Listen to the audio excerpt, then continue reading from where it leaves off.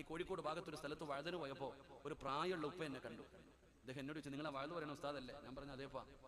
ഉസ്താദ് ദയവ് ചെയ്തിട്ടൊരു കാര്യം പറയണം കേട്ടോ, എന്നോട് പറയാൻ പറഞ്ഞൊരു കാര്യമാണ്. ആ വാപ്പ രാവിലെ എഴുന്നേറ്റ് സുബഹിക്ക് പള്ളിയിൽ പോകും. സുബഹി നിസ്കരിക്കാൻ വേണ്ടി ആ സാധു രാവിലെ എഴുന്നേറ്റ് പള്ളിയിൽ പോയി നിസ്കരിച്ചിട്ട് ആ വാപ്പ വീട്ടിലേക്ക് മടങ്ങി വന്നു. വീട്ടിലേക്ക് നടന്നു വന്നിട്ട് തന്റെ ഭാര്യയോട് ചോദിച്ചു, പെണ്ണെ ഒരു ഗ്ലാസ് ചായ തരാൻ.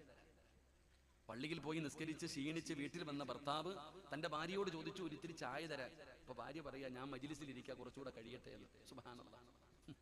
ഓള് വാഴ് കെട്ടോണ്ടിരിക്കുകയെന്ന് പച്ച മലയാളത്തിൽ പറഞ്ഞ. സ്വന്തം ഭർത്താവിന് ഒരു ഗ്ലാസ് വെള്ളം കൊടുക്കാതെ നീ വാഴ് കെട്ടിട്ട് എന്ത് ചെയ്യാനതാ? അങ്ങനൊന്നും വാഴ് വെക്കാൻ ആരും പറഞ്ഞിട്ടില്ലല്ലോ. നിനക്ക് വാഴ് കെട്ടില്ല എന്ന് പറഞ്ഞ അല്ല നിന്നെ നരകത്തിൽ വിടൂല. ഭർത്താവിന്റെ പൊരുത്തമില്ലെങ്കിൽ നീ നരകത്തില്ല. അള്ളാഹു കാത്തിരക്ഷിക്കുമാറാകട്ടെ. അതിപ്പോ എന്റെ വാഴാണെങ്കിൽ അങ്ങനൊന്നും കേൾക്കരുത്. എന്നോട് തന്നെ പലരും പറയാറുണ്ട്, ഉസ്താദ് നിങ്ങളുടെ വാഴ് കെട്ടിട്ടാ ഞാൻ ഉറങ്ങുന്നതെന്ന്. നിങ്ങളുടെ വാഴ് കെട്ടിട്ടാ ഞാൻ ഉറങ്ങുന്നതെന്ന്. പണ്ട് പാട്ട് കെട്ടിട്ടായിരുന്നു ഉറങ്ങുന്നത്, ഇപ്പൊ വാഴ് കെട്ടിട്ടാ ഉറങ്ങുന്നത്. അള്ളാഹു കാത്തിരക്ഷിക്കുമാറാകട്ടെ.